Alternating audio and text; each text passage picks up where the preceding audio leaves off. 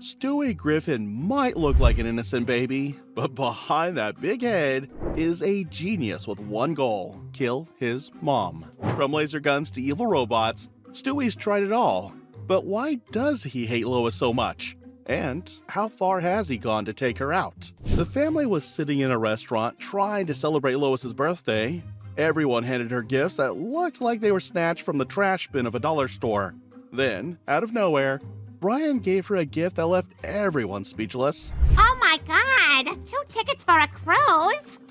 Brian, this is wonderful! Brian's clearly missed the memo about the cheap gift rule and just showed up with 2 cruise tickets like he's Oprah. Meanwhile, Peter looked like a total loser with his sad little candle. Soon, Peter and Lois were heading off to enjoy their fancy cruise, but Stewie? He thought he was going too, because of course he did. Farewell, Brian, I'm off to sea. An hour from now, I'll be surrounded by seamen. Sperm whales and seamen. Stewie, Peter and Lois aren't taking you with them. They've already boarded. Poor baby. Actually thought he was going on vacation. Instead, he got left behind like a forgotten sock at laundry day. As the ship pulled away, Stewie just stood there, shocked, heartbroken, and already planning revenge. Back at home, Stewie started acting strange. He was walking around with sharp stuff, muttering to himself, and looking like a baby-sized villain in training. I'll teach that hussy to go on a boat ride without me. When she returns, I'm going to put bamboo splinters under all her fingernails. Most kids throw tantrums. Stewie creates a horror movie. Someone better hide the sharp objects. Brian, being nosy, asked what he was up to.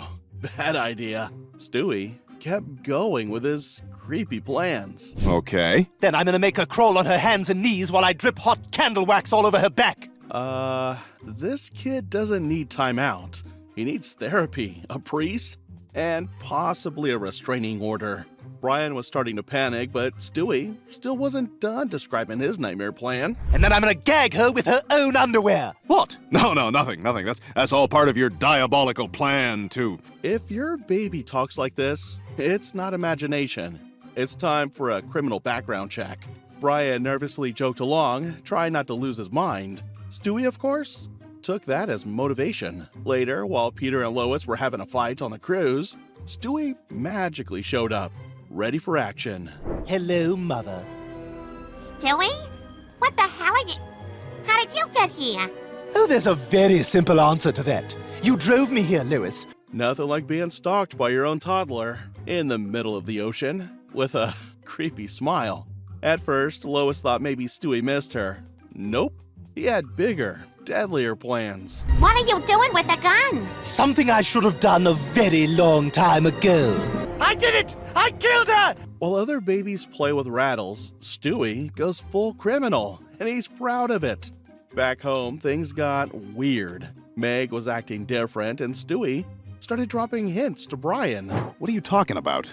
Lois's death was an accident. Which is just what someone who pulled off the perfect murder would want you to think. Stewie, did you? Stewie basically confessed, but in a who, me kind of way. Classic guilty behavior. Brian remembered all the creepy stuff Stewie said earlier and started to wonder if this baby actually did it. Of course I didn't, Brian. Remember what you said? Yeah, right. The kid who draws murder plans in crayon is just talking? Totally believable. Brian later found a boat slip in Stewie's room. When he brought it up, Stewie played innocent again. Well, you can play innocent all you want. I am gonna find the evidence to put you away. I was at the carnival with Rupert. Brian was ready to turn into Sherlock Holmes with fur. He wasn't letting this tiny maniac get away. Stewie panicked and tried to blame Peter, and it almost worked. Peter was standing in court, about to take the fall, until... We thought Dad killed you! No, he didn't, Chris. But someone tried to. It was Stewie! Boom. Lois walks in like a movie twist and calls him out. Stewie's murder fantasy crashed and burned.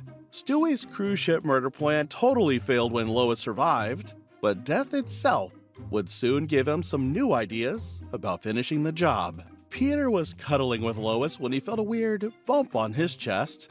Instead of staying calm, he totally freaked out and jumped to the worst conclusion. Lois tried to keep him calm, but Peter was already spiraling like he had 5 minutes left to live. That's easy for you to say. You get to keep both your cans. Peter, don't talk like that. Peter, ignoring health advice while whining about boobs. What a brave man. He finally agreed to seeing a doctor, but not before seeing a black cat, a crow, and his brown-skinned neighbor, because apparently Peter's brain runs on cartoon logic and casual racism. At the hospital, Peter didn't even wait for real results. He just straight up asked the doctor how much longer he had left to live. Yeah. Mr. Griffin, I'd say you have about a month to live. But hey, what the hell do I know? I've been sued by every patient I ever had. Great. Nothing more comforting than being diagnosed by a guy whose entire career is one lawsuit away from a shutdown. Back at the house, Stewie was having a peaceful breakfast until Lois came in with her soft mom voice and tried to send him to nap time. Big mistake. Now I shall put you down for a nap, Mother. Lost! Stewie declared war over nap time like it was a throne room betrayal. Meanwhile, Peter's results came back and, plot twist, he was completely fine. Lois was thrilled and ready for a happy ending. Isn't it wonderful, honey? Your father is alive and well, and we can be a family for a good long... Yep, Lois spoke too soon, because right then someone came knocking and it wasn't flowers and balloons. It was Death himself with zero chill and a clipboard. While Peter and Lois lost it, Stewie was busy fanboying like he'd just met Beyonce. He introduced himself to Death like it was Comic-Con. Hello, I'm Stewie.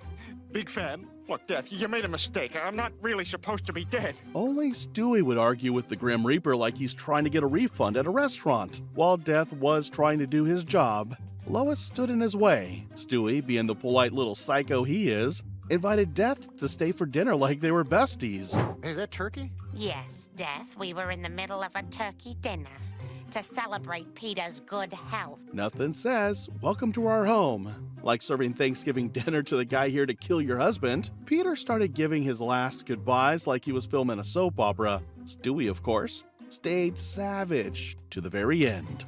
Stewie just dragged his own future in the middle of Peter's emotional breakdown. Then, Peter decided to make a run for it.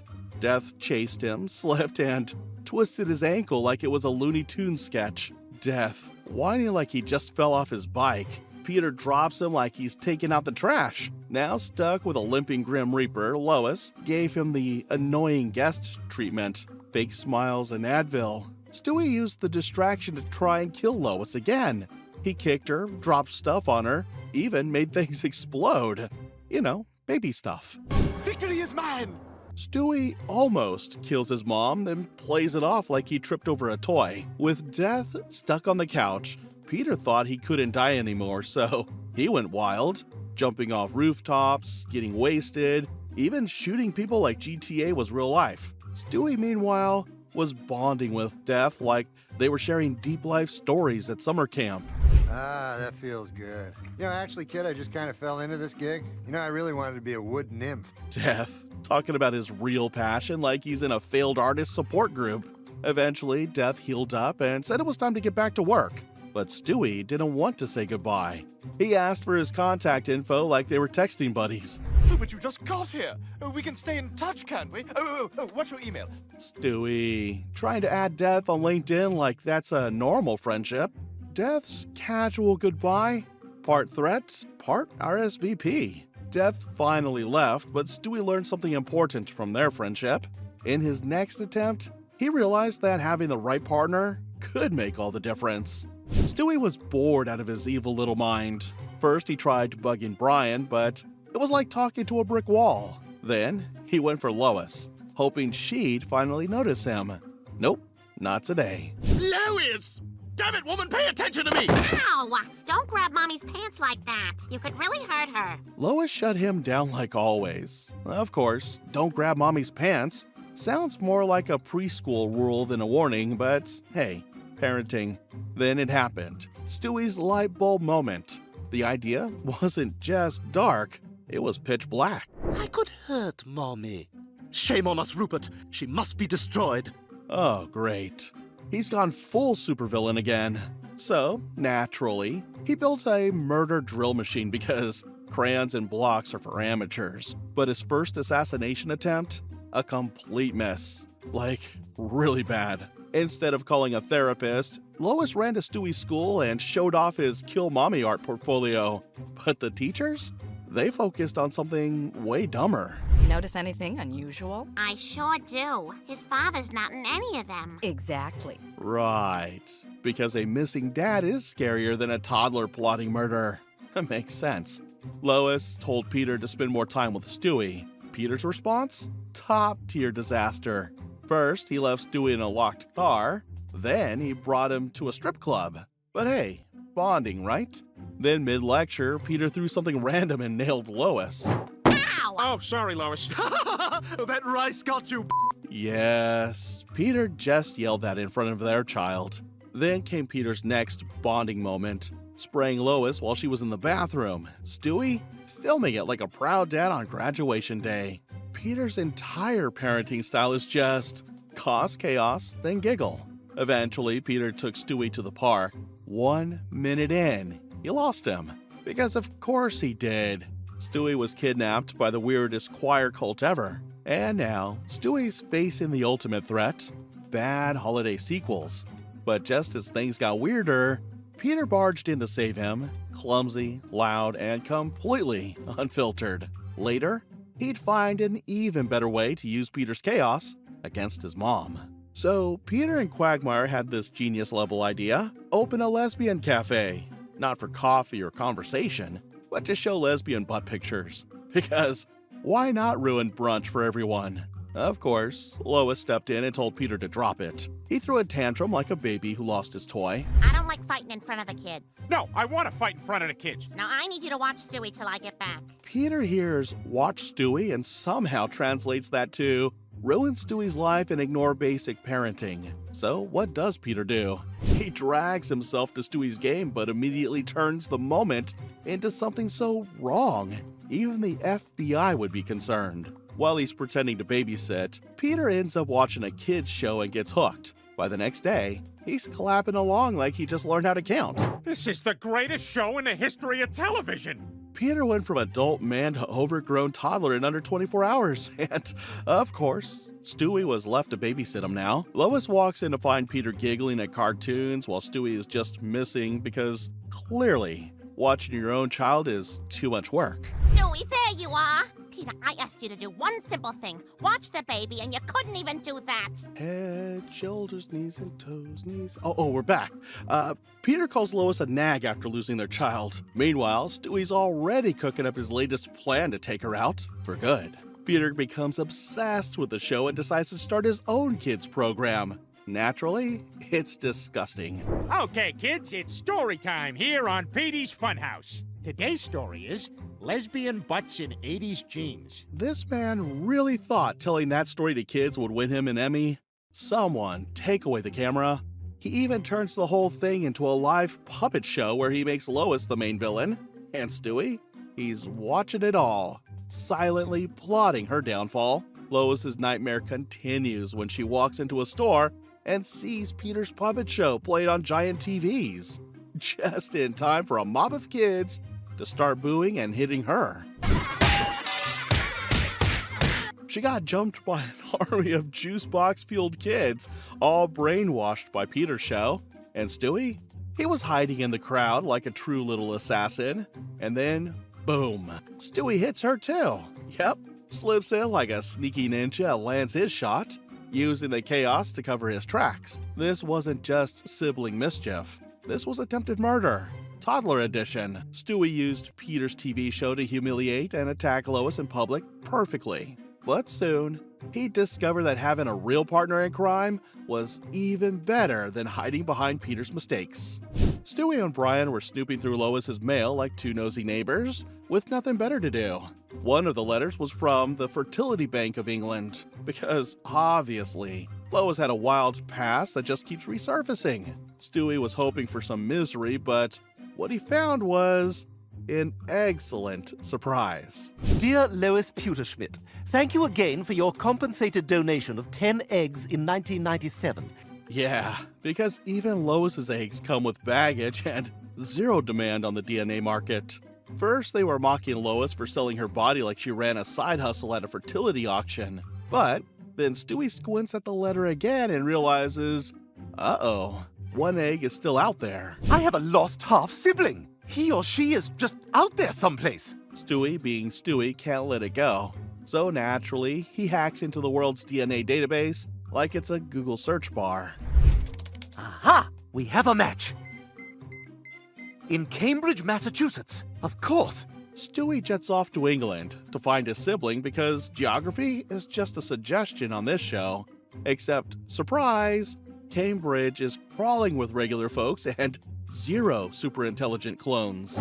I don't understand. My genius Harvard sibling should be right here. Yeah, because clearly any relative of Stewie must be sipping espresso and rewriting quantum physics. Oh my God, that must be him. And hey, don't do that. Harvard is a respected institution that only produces our nation's finest. Sure, Stewie. Sure. Just ignore the fact that half of Harvard grads end up making YouTube apology videos.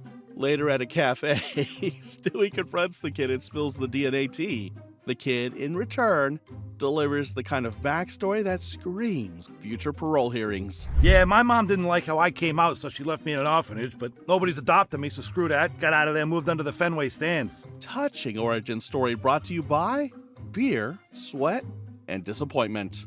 Despite the stench of despair, this kid follows Stewie home and his eyes light up at the sight of wealth, like he just discovered gold in the sofa cushions.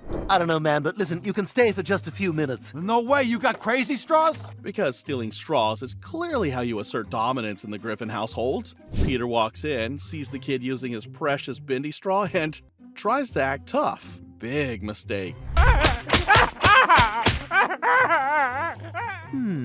Turns out this thug may actually be useful to me. Stewie, watching all this unfold, starts seeing dollar signs, or at least bloodshed opportunities. Later, Stewie asks Lois for something minor and she brushes him off, probably distracted by a Pinterest real estate board. Big mistake, lady.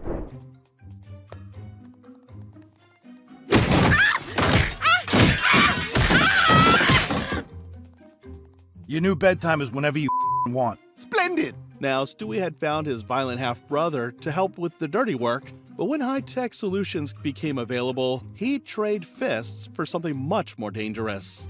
The Griffins head to the university so Meg can get admitted. Peter and Lois go with Meg to register, while the rest of them wander around campus like they just got off a tour bus. Stewie, spotting some girls, immediately makes a beeline for them. I say, the most recent campus sporting event was most disappointing for our side, wasn't it? Later, Stewie wanders into the chemistry lab and instantly gets hooked. Hold on, little fella. This is just for big people. Why don't you come back in about, 17 years? Translation? Sorry, kid. No mad scientist career for you until you're legally allowed to ruin the planet. Stewie tries to argue his way in, but the door just slams in his face. Now that sodium pentothal is only 2 years and... Blast! This isn't the first time I've been thwarted by my small stature. Because apparently being a genius toddler doesn't grant you access to grown-up toys. Shocking. Back at home, Stewie tries to grab some snacks from Lois, but of course, she just brushes him off and walks away. His height problem hits him hard. Oh, damn my small stature! If I were big, just think where I would be. Welcome to life, Stewie. Welcome to life. Chris strolls into the kitchen, sees Stewie struggling, and hands over the snacks like a big-hearted giant. That simple act sparks a wicked idea in Stewie's tiny brain. Tiny. If I could build a device to harness the size of that Leviathan, well, there's no limit to what I could... Oh my God, there's an orgy in my mouth. That's one way to describe a mouthful of snacks. Also, ambitious plans wrapped in gluttony. Classic Stewie. Next, Stewie builds a machine and clamps a mini device on Chris's neck to control him like a puppet. Voice test. I'm Chris. I'm Chris.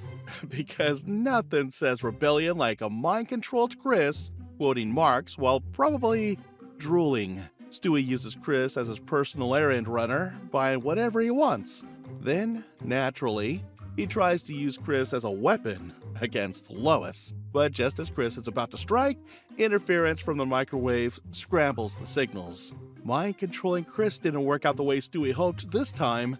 In his next scheme, he'd skip controlling people and just build robots to do the killing instead. Peter and his buddies were chilling at their usual bar hangout when Peter slipped away to the bathroom.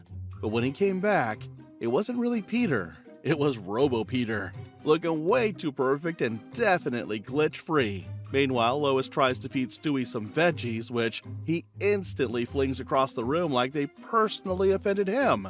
Lois demands he eat it, but Stewie's got bigger plans. What are you working on, Stewie? I plan to be rid of Lois once and for all.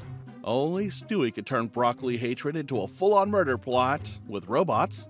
Priorities, right? Peter runs into Robo-Peter on the street and reacts in the most Peter way possible. Hey, you're a good-looking guy. Want to hang out? Affirmative. Because why freak out when your metal twin shows up? Just hit on him like it's normal. The robot shows up at Peter's house, but Brian's the first to sense something's wrong. That's not the fat man. That's my Terminator robot. What? Stewie orders his robot to kill Lois, but it betrays him instead. Even his own robot thinks Stewie's drama is too much. Talk about backfiring. Brian rescues Stewie from the killer robot, and they rush to hide. My Terminator robot's been turned against me. How? The only explanation is that a future enemy must have stolen it from me and sent it back in time to kill me as a baby. Babies versus robots. The only battle Stewie's actually good at. The robot keeps chasing them even after getting set on fire. Stewie and Brian duck into a hotel. Stewie, what are we gonna do? We can't go home, and it's never gonna stop pursuing us. Brian, just calm down. It's been a long day. We're safe here. Let's just get some sleep. When even your killer robot has main character energy, you know it's serious. Stewie tells the robot to stand down, but it turns on him again. Brian heroically jumps in front to save him, confusing everyone. You are Brian Griffin. You programmed me to kill your enemy, Stuart Griffin. Plot twist, Brian's apparently the future bad guy. Dogs really are full of surprises. To sort this mess out, they jump into a time machine and end up in the future, smack in the middle of a robot war. Wait, Stewie, where are you going? I have to talk to myself, Brian, and find out what happened. Only Stewie could mix life or death drama with social media clout. Priorities. Stewie finds future him and bolts to chat, probably to snag a selfie. Brian, we've got to get out of here. Because even in the apocalypse, Stewie's thinking about likes and followers. Future Stewie isn't just posing for pics, he's trying to kill both Brians. Stewie jumps in to save them. Stewie, showing some heart, but seriously, 2 Brians and 0 defense? Sad. Just as they try to shut down the rogue robot, Lois's Terminator arrives to protect Stewie and take out Brian. What the hell is going on? Future me must have sent her back to protect me and kill you! Because when your baby genius builds killer robots, he also needs a robotic mom for backup. With robots closing in, Stewie pulls out his ultimate plan: prove friendship wins. Gotta show them that our friendship is unbreakable, that we love each other. Brian, we have to kiss. Nothing says save the world like awkward baby lip locking. Genius. Even advanced killer robots couldn't get the job done against Lois, so Stewie went back to basics, using simple traps and laser guns like in the old days. Lois was just trying to cook dinner like a normal mom. She chopped, stirred, and probably wondered why she married Peter at all. But little Stewie? Of course, he was busy building a mind control machine. No toys for him. He was creating a world domination device. Stewie, I said no toys at the table. Damn you, vile woman! Just a normal baby casually insulting his mom like some posh villain. Nothing weird here. While Lois handled Stewie's insults, Peter showed up with his usual nonsense. He wanted to go to a stag party and gave his classic "I work hard" speech. He even promised not to drink because, sure, that'll happen. Now, Lois, I worked hard all week to provide for this family. I am the man of the house, and as the man, I order you to give me permission to go to this party. Look, at least promise me you won't drink. Yep, because nothing says responsible like ordering your wife around and swearing off booze for 5 minutes. Peter drank like a champ if the sport was making terrible choices. Next morning, he woke up surrounded by empty cans and full of regret. 37 beers. Well, you're setting a great example for the kids, Peter. Lois was scolding Peter about his hangover, but suddenly she fell off her chair. Of course, it was one of Stewie's traps. My goodness, this chair leg was loose. Isn't that silly? I could have broken my neck. Damn. Because nothing says love like almost breaking your mom's neck. During dinner, Lois suddenly dodges a laser beam from Stewie, who acts all innocent. What the deuce are you staring at? It's tuna fish. And nothing else. Stewie, pretending like firing laser beams in the kitchen is totally normal. Sure, Lois believes you. Brian, the only responsible adult in the house, even if he is a dog, tells Peter to think about the family's future. Peter hears one word, welfare, and goes wild. Okay, do you have any disabilities, past injuries, physical anomalies? I didn't have gas for the first time until I was 30. Even the welfare lady was confused. So were we. And that's a wrap on every time Stewie tried to kill Lois. If you want to see times Megan was a savage in Family Guy, check out that video.